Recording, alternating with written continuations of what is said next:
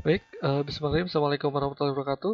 Pada kesempatan ini di SP Sistem Basis Data pertemuan ketiga, saya akan membahas tentang UML dan DFT, di mana notasi pembuatan atau penggambaran basis data menggunakan UML yang berorientasi kepada objek dan DFT ini terstruktur gitu ya. Nah, apa itu UML? Nah, ini pengertian UML ini berhubungan erat dengan yang namanya OOD atau Object Oriented Database. Nah, Object Oriented Database ini adalah salah satu jenis database di mana data direpresentasikan dalam bentuk objek atau Object Oriented Database. Ini merupakan sebuah sistem base yang menggabungkan konsep-konsep penting dalam Object Oriented. Nah, ini pendekatan di dalam OOD ini sangat dipengaruhi oleh bahasa pemrograman berorientasi objek, biasanya pakai Java gitu ya, dan dapat dipahami sebagai usaha untuk menambah fungsional DBMS pada lingkungan bahasa pemrograman. Nah, yang tadi disebut OOD ini berkaitan erat dengan UML, nah atau Unified Modeling Language. Nah, ini adalah sebuah bahasa atau yang telah menjadi standar dalam industri visualisasi atau merancang dan mendokumentasikan sistem informasi atau piranti lunak. Nah, UML ini menawarkan sebuah standar untuk merancang model sebuah sistem. Nah, ini seperti dalam bahasa program UML, ini mendefinisikan notasi dan sintak atau sematik. Nah, notasi UML ini adalah sekumpulan bentuk khusus untuk menggambarkan diagram piranti lunak. Terus setiap bentuk memiliki makna tertentu dan notasi UML ini diperuntukkan diurutkan dari 3 notasinya. Nanti kita akan bahas. Nah, ini UML derivatif. Nah, ini beberapa OMG-nya dari UML. Ini masukan dari UML ini ada dari OOD, OMT, ada Jacob, OC, ada ODEL. Nanti akan menghasilkan Object Management Group ya, atau OMG. Nah, UML ini perkembangan UML ini dari mulai tahun 95 sampai sekarang, dari mulai metode 08 ini untuk eh, penggambaran atau cikal bakal menjadi sebuah UML, dan akhirnya ada UML menjadi standarisasi itu mulai pada tahun 98, yaitu UML 1.2. Nah, barulah kesini-kesininya UML itu bisa dipakai untuk standarisasi dalam industri ya, atau industri sistem informasi. Nah, UML ini dibagi 13 diagram. Nah, biasanya eh, 13 diagram ini dikelompokkan ke dalam 41 arsitektur view. Nah, kelompok ini yang pertama ada structural view. Structural view ini ada kelas diagram, objek diagram, komposit, dan package gitu. Nah, terus ada implementasi view, ada komponen diagram dan komposit struktur. Nah, terus ada behavior view atau kebiasaan. Ini ada square diagram, ada komunikasi diagram, ada state diagram, activity, interaksi, dan timing diagram. Ini khusus untuk penggambaran kebiasaan-kebiasaan atau tata cara. Nah, terus ada development view atau development diagram, dan yang tengah-tengah adalah atau awalnya itu adalah didasarkan pada use case atau use case diagram. Nah, tidak semua UML atau diagram ini dipakai gitu, tapi minimal ada 4 plus 1 yang dipakai atau mewakili dari 4 kelompok ini. Nah, diagram ini diagram UML titik 2.0 diagram. Ini structural view beda lagi dari yang tadi. Disebut structural view itu ada kelas diagram, ada package, ada struktural, ada objek, ada develop, sampai komponen. Terus behavior itu ada activity, state, diagram, sampai use case, dan interaktif. Ada komunikasi, interaktif, sequence diagram, dan timing gitu ya. Itu berbeda sekali untuk pengelompokan yang sebelumnya. Nah, tapi yang banyak itu yang tadi yang awal yang ini. Nah, ini yang sering digunakan gitu. Standarnya pilih salah satu. Nah, terus ada lagi UML itu didasarkan pada Jackman Framework. Nah, Jackman Framework ini sering digunakan untuk pengmodelan pada sebuah kerangka kerja ya, kerangka kerja entah itu sistem informasi dalam sebuah perusahaan atau yang lainnya. Nah, use case, sistem recruitment ini pertama akan menghasilkan use case dan kelas diagram. Nah, use case diagram itu akan saling terhubung dengan atau didasarkan menjadi dasar sebuah kelas diagram dan activity diagram. Terus activity dan kelas diagram ini menjadi dasar dari state diagram dan komponen diagram akhirnya development diagram gitu ya. Nah, kalau Jackman Framework itu diagram-diagram yang dipakai tidak semua 14 yang tadi tidak, tapi cuma beberapa yang di sini gitu ya, yang dicantumkan di sini. Nah, terus ada activity system development. Nah, ini sistem development seperti statis, analis. Ini kalau terus ada dinamik, ada statis. Ini maksudnya ini ada yang memang dinamis bisa bergerak dan statis ini secara diam. Terus ada analisis, ada desain, ada development. Nah, ini untuk permodelan sistem development beda bagian dari yang tadi dari mulai analis yang statis dengan analis yang dinamis ini use case model terus masuk ke sequence diagram. Lalu lanjut dari use case ini akan masuk ke kelas diagram, ke desainnya, bagian desain. Nah, sequence ini menjadi dasar desain dan state diagram. Jadi kalau seandainya memakai sistem development diagram ini kalau membuat sebuah kelas diagram, maka kita harus bisa atau harus mempunyai dulu use case diagram dan sequence diagram untuk menjadi dasar. Tapi dasar yang utama itu adalah use case model dan nanti diakhiri adalah source code ya. Source code atau dari development. Nah, yang pertama kita akan membahas beberapa diagram yang memang sering digunakan terutama ketika membuat sebuah tugas akhir. Yang pertama ini use case. Nah, use case ini menggambarkan fungsionalitas. Diharapkan dari sebuah sistem ditentukan apa. Jadi dan diperbuat oleh sistem bukan bagaimana, tapi apa gitu ya. Nah, sebuah use case ini merepresentasikan sebuah interaksi antara aktor dengan sistem. Nah, ini contohnya ada use case-nya di sini, terus ada aktor simbol seperti ini, ada boundary system ini segi 4. Nah, terus ada asosiasi itu biasa, terus ada generalisasi ini lebih kepada tanda panah, ada extended ini lebih kepada ekstensi ya. Hal yang di luar ekstensi.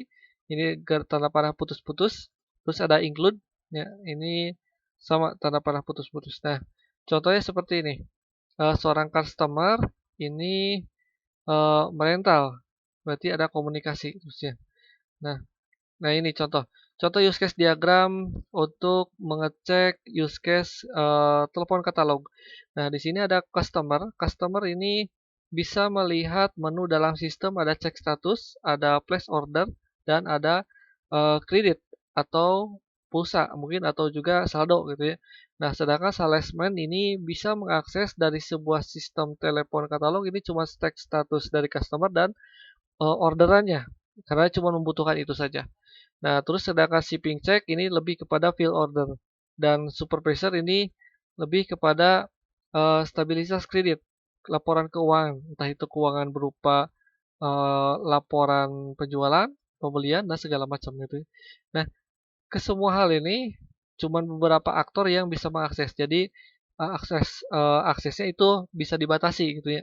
Lebih kepada privasi di sini. Ini penggambaran untuk use case. Nah, terus ada kelas diagram. Nah, kelas diagram ini adalah sebuah spesifikasi yang jika di instansi akan menghasilkan sebuah objek, merupakan inti dari pengembangan sebuah sistem berorientasi objek. Nah, ini contohnya ini hampir sama, kelas diagram itu hampir sama seperti sebuah database ya. Nah, ini contoh dalam kelas diagram itu terdiri dari kelas nama kelas, terus ada atribut, jadi isi dari tabelnya, terus operasinya. Ya. Operasi ini kalau seandainya di dalam IRD kemarin itu lebih kepada relasinya apa gitu ya. Nah, itu kelas diagram. Jadi contohnya seperti ini. Nah, kelas diagram bank. Bank ini kalau dari digambarkan antara kelas diagram dengan IRD itu hampir sama gitu ya. Ada kardinalitas juga gitu. Bank ini memiliki beberapa ATM ya. Bank ini memiliki nama data, nama bank dan alamat bank. Terus ATM ini memiliki kode dan cash gitu ya. Nah, terus di dalam aksi-aksi dalam ATM ini fungsi-fungsinya seperti insert, enter almond, ada sampai validasi PIN. Ya. Terus ada saving akun. atau akun apa akun nasabah gitu di sini. Ya, ada nomor akun nasabah, terus namanya, ada apa alamat sampai cabang gitu ya. Terus ada transaksi di sini. Transaksi, terus di sini ada ATM card atau memiliki kartu ATM. Terus ini ada transaksi apa withdrawal dan transfer ya. Ada tarik, ada bayar. Nah, kardinalitasnya satu bank ini memiliki banyak ATM. Sama, satu bank ini memiliki banyak nasabah. Satu nasabah cuma bisa memiliki satu kartu ATM. Satu nasabah bisa melakukan satu satu transaksi gitu ya. Nah, banyak transaksi bisa dilakukan dari satu satu ATM. Nah, ini kardinalitasnya seperti kartu ATM cuma bisa dimasukkan pada satu ATM, tapi untuk transaksi itu bisa lebih dari gitu di sini. Nah, itu hampir sama seperti di dalam eh, IRD gitu ya. Nah, ini contohnya kelas diagram sistem akademik. Nah, ada student, ada kelas, ada kursus, ada undergrad atau yang tidak lulus, atau ada yang lulus, ada instruktur. Di sini kelas diagramnya seorang siswa dengan data-data base ini yang seperti ini dari mulai nama sampai home. Ini register atau mendaftar di sebuah kelas. Nanti kelasnya bisa memilih kursus apa. Nah, satu kelas ini atau banyak kelas ini bisa diajar oleh satu satu guru gitu ya, satu guru. Terus lulusan itu juga masuk ya, data lulusan masuk ke apa dari kelas itu data lulusan dari nilai segala macam ini masuk ke sini ke data lulusan. Kalau yang tidak lulus juga masuk ke dalam data gitu. Ada hubungan antara data lulus dari kelas itu dan data tidak lulus berhubungan kepada data siswa. Tapi data kelulusan itu tergantung pada proses pembelajaran yang ada di kelas itu. Apakah rajin atau tidak, nilainya bagus atau tidak. Ini di sini. Ya. Nah, terus ada state diagram. Nah, state diagram ini adalah menggambarkan transisi atau perubahan. Pada umumnya, state diagram ini menggambarkan kelas tertentu yang dapat memiliki lebih dari satu state diagram. Nah, dalam UML ini digambarkan pada segi 4 sudut bulat. Jadi tidak runcing, memiliki nama sesuai dengan kondisi saat itu. Nah, contohnya seperti ini. State diagram mulai ini dengan bulatan hitam penuh, editing, terus kalau seandainya ketika memasukkan autentifikasi password, ya, password ketika salah atau timeout atau waktunya habis maka akan selesai. Instead ini adalah bulatan penuh, ada bulatan putih di pinggirnya gitu ya. Maka ini selesai. Terus kalau benar maka akan divalidasi. Maka akan memberikan message atau pesan. Ada benar gitu ya. Kalau benar maka server akan memberikan peringatkan oke. Kalau salah maka salah gitu ya. Akan memberikan atau akses yang akan ditolak di sini. Nah, terus hal yang lain seperti dalam set diagram ini contohnya ketika kita membuat sebuah acara, maka set diagram yang pertama memberikan pengumuman 4 minggu sebelumnya. Nah, lalu di dalam pengumuman itu dilakukanlah registrasi. Registrasi paling lambat ini sebelum 1 minggu sebelum acara dimulai.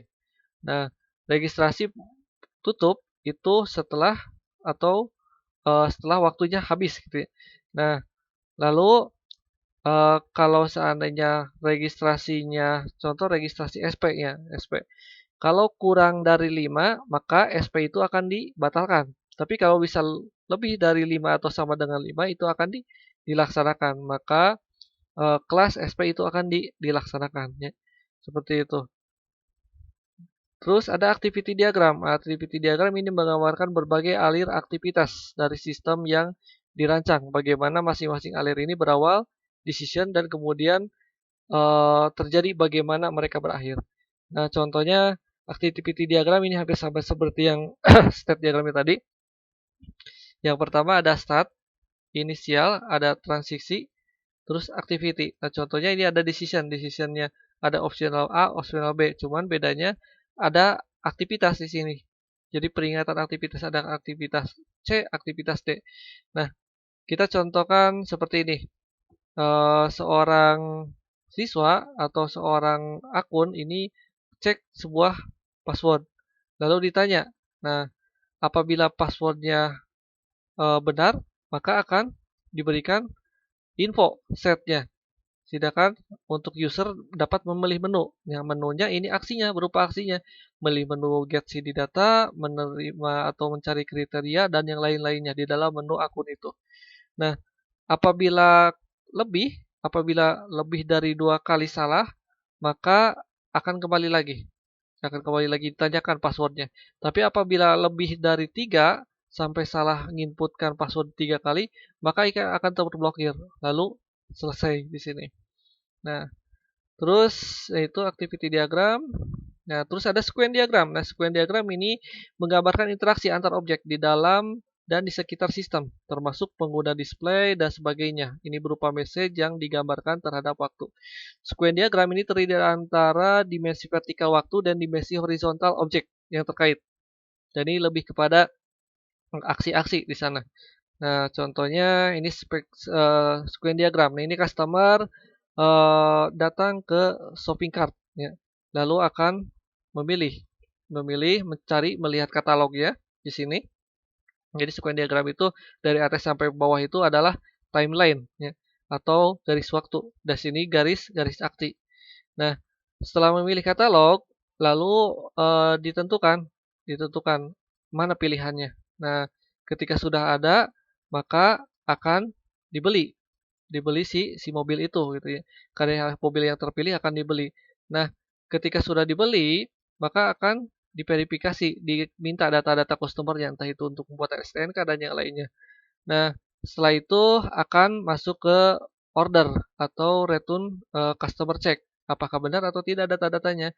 Nah, ketika sudah benar, sudah sesuai semua keuangannya, administrasinya, maka barulah mobil itu akan di order gitu ya.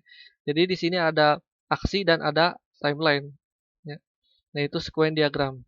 Nah, contoh lain ini sequence diagram seperti autentifikasi user dalam sebuah ATM. Nah, user ini pertama ATM ini akan memberikan peringatan, silahkan memasukkan kartu. Nah, lalu user akan memasukkan kartu ATM-nya. Nah, ketika dimasukkan akan diverifikasi benar atau tidak, salah atau tidak, terbalik atau tidak. Nah, kalau benar maka akan oke. Nah, ATM akan memberikan peringatan. Nah, request PIN. Jadi PIN-nya silahkan masukkan nomor PIN Anda. Lalu user akan memasukkan nomor PIN.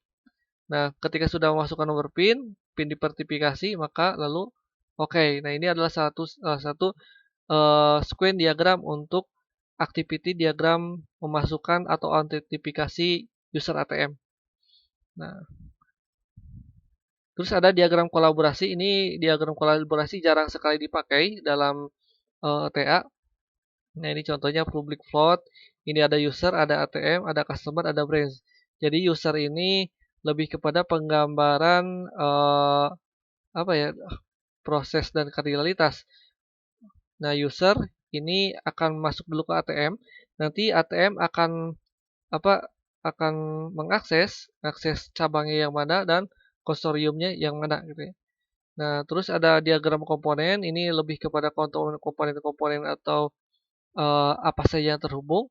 Nah, ini ada akun manager terhubung ke customer, terus terhubung ke akun, terus ke database.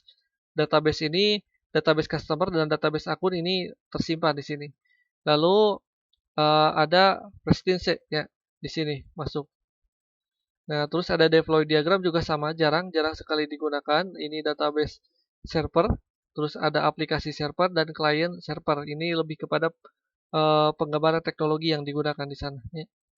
Nah, terus yang kedua, tadi kita membahas tentang object oriented, kita akan membahas tentang pemrograman terstruktur, yaitu ada DFD. Ini sebenarnya sudah jarang, zaman sekarang itu sudah jarang menggunakan DFD. Tapi bukan berarti DFD itu ditinggalkan gitu ya.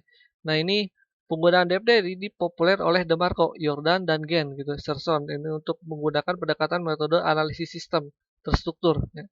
Nah, ada 4 komponen DFD. Ini pertama internal entity, kesatuan luar atau boundary batas sistem. Ada data flow, arus data, proses dan data store atau penyimpanan data. Nah, simbol-simbolnya ini menurut DeMarco, ini menurut Gen dan Sherson ini agak berbeda sedikit ya. Tapi silahkan menggunakan standar yang mana saja, itu sama saja. Kalau DeMarco ini hampir sama semua, cuman bedanya ada di proses. Kalau DeMarco ini bulatan prosesnya, kalau Gen ini ada kotak agak bulat di sini dengan penjelasan. Dan data store-nya kalau Jordan itu cuman garis 2, kalau ini seperti sebuah list ya. Nah, terus ada internal, ini kesatuan luar. Nah, kesatuan luar ini entitas atau lingkungan luar, bisa organisasi, bisa sistem, bisa apa yang diberikan atau yang menerima output gitu ya dari sebuah sistem. Contohnya suatu kantor, departemen, divisi, perusahaan atau orang kelompok intern ya. Nah, contohnya ini menurut Gen dan Sherson ada pelanggan atau gudang. Kalau Yurdon ini pemasok ini. Jadi contoh entitas luarnya gitu ya. Nah, kita langsung saja di sini.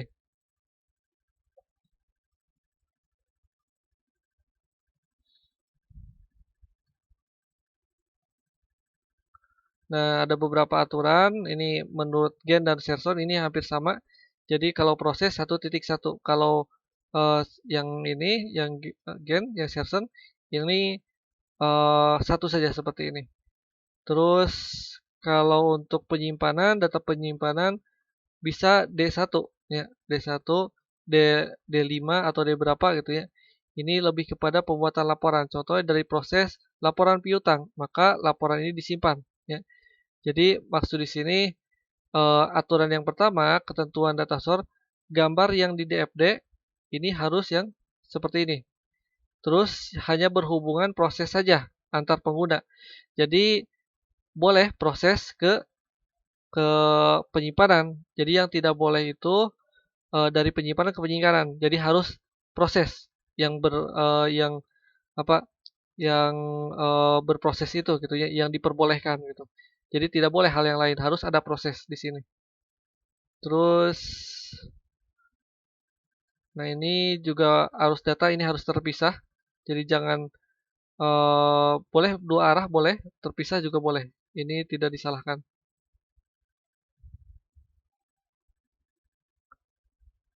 Nah, Nah, ini ada beberapa contoh hal yang baik dan hal yang boleh. Hal yang boleh dilakukan dan hal yang tidak boleh dilakukan. Nah, hal yang ilegal ini contohnya antara mencegah proses ya, mempunyai masukan tetapi tidak mempunyai keluaran gitu ya. Jadi yang dikenal dengan lubang hitam atau black hole. Jadi antara proses masuk tapi tidak ada keluaran. Cuma ada input saja, itu tidak boleh. Terus mencegah proses yang punya keluaran tetapi tidak punya masukan. Itu juga tidak boleh ya.